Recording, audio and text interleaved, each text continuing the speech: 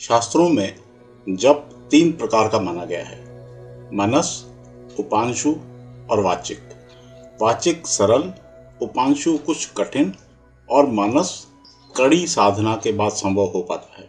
मन ही मन मंत्र का अर्थ मनन करके उसे धीरे धीरे इस प्रकार उच्चारण करना कि जिह्वा और ओंठ में गति न हो, मनस जप कहलाता है। जिह्वा और ओंठ को हिलाकर मंत्रों के अर्थ का विचार करते हुए इस प्रकार उच्चारण करना कि कुछ न सुनाई पड़े, उपांशु जप कहलाता है। विद्वान उपांशु व मानस जप के मध्य जिह्वा जप नाम का एक चौथा जप भी मानते हैं।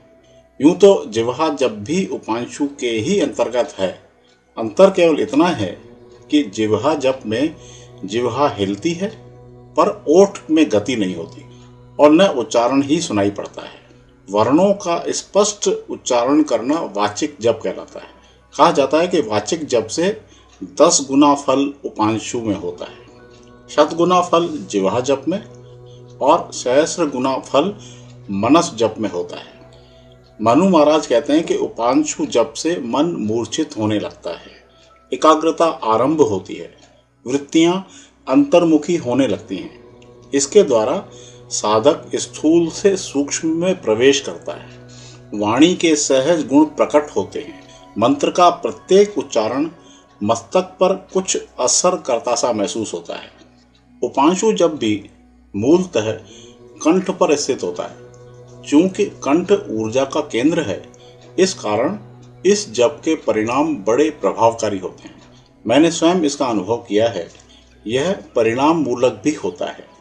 जिस भी देवी देवता अथवा इष्ट देवता के नाम पर यह किया जाता है, वहां से प्रतिक्रिया के रूप में ऊर्जा का संचार हमारी ओर होता है। आप भी इसका अनुभव कर सकते हैं। आइए जरा इसे एक और नजरिए से समझने की कोशिश करते हैं। जब भी हमें हिचकी आती है तो हम स्वयं व पास बैठा व्यक्ति यही कहता है कि जरूर कोई याद कर रहा है। दिलचस्प बात यह है कि जब हम विचार करते हैं कि कौन याद कर रहा होगा और उनके नामों का जिक्र करते हैं, तो जिसका नाम लेने पर हिचकी बंद होती है तो यही सोचते हैं कि उसी ने याद किया था। सवाल यह कि यदि कोई हमें शिद्दत से याद करता है तो हिचकी आती है। मेरा ऐसा ख्याल है कि शारीरिक क्रिया तो अपनी जगह है ही, मगर इससे भी इतर कुछ और है। मेरा विचार है कि हमारा मस्तिष्क तो सुपर कंप्यूटर है ही, जो कि पूरे शरीर को संचालित करता है। वहीं पर विचार चलते रहते हैं, मगर अमूमन विचार करने की ऊर्जा कंठ पर केंद्रित होती है।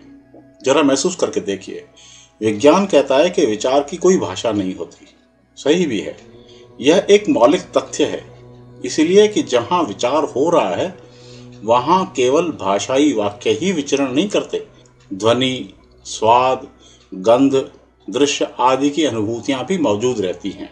हाँ, भाषाई वाक्य जरूर उस भाषा में होते हैं जो कि आम तौर पर हम उपयोग में लेते हैं। आपने अनुभव किया होगा कि कई बार कोई बात कहने से पहले मन ही मन जब रिहर्सल होती है तो उसकी हलचल कंठ पर ही होती है। मैंने ऐसे कई उदाहरण देखे हैं कि कोई व्यक्ति जो वाक्य बोलता है तो ठीक तुरंत बाद कंठ पर हुई हलचल बुदबुदाने के रूप में सामने आती है। क्योंकि शब्दों का संबंध सीधे कंठ से है, इस कारण भाषा विशेष में विचार करते समय कंठ पर ऊर्जा केंद्रित होती है। जरा गहरे में जाकर देखिए। सोचते समय भले ही वाणी मौन होती है, मगर कंठ व जीभ पर वाक्य हलचल कर रहे होते हैं। इसे यूं समझिए, जैसे हम मन ही मन राम नाम का उच्चारण करते हैं तो बाकायदा जीभ पर वैसी ही क्रिया होती है जैसी राम नाम का उच्चारण करते वक्त होती है। अर्थात विचार करने के दौरान मस्तिष्क तो आवश्यक रूप से काम कर ही रहा होता है, मगर हमारी ऊर्जा, जिसे प्राण भी कह सकते हैं, कंठ पर भी सक्रिय होती है। इस ऊर्जा के कारण मस्तिष्क की तरह कंठ भी ट्रांसमीटर की तरह काम करता है। वह भी बाह्य जगत की तरंगों को ग्रहण करता है, संप्रेषण भी कर सकता है। जैसे ही हमें कोई याद करता है तो उसकी तरंगों का हमारे कंठ पर असर पड़ता है, वहां खिंचाव होता है और हिचकी आने लगती है। जैसे ही हम याद करने वाले का नाम लेते हैं तो वर्तुल पूरा हो जाता है। और हिचकी आना बंद हो जाती है। ऐसा मेरा नजरिया है।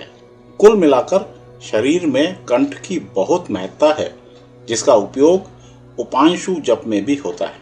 हालांकि मुझे इस बात का एहसास है कि मेरी जो अनुभूति है उसे ठीक से शब्दों में अभिव्यक्त नहीं कर पाया हूँ, मगर मेरी अभिव्यक्ति उसके इर्द गिर्द जरूर है।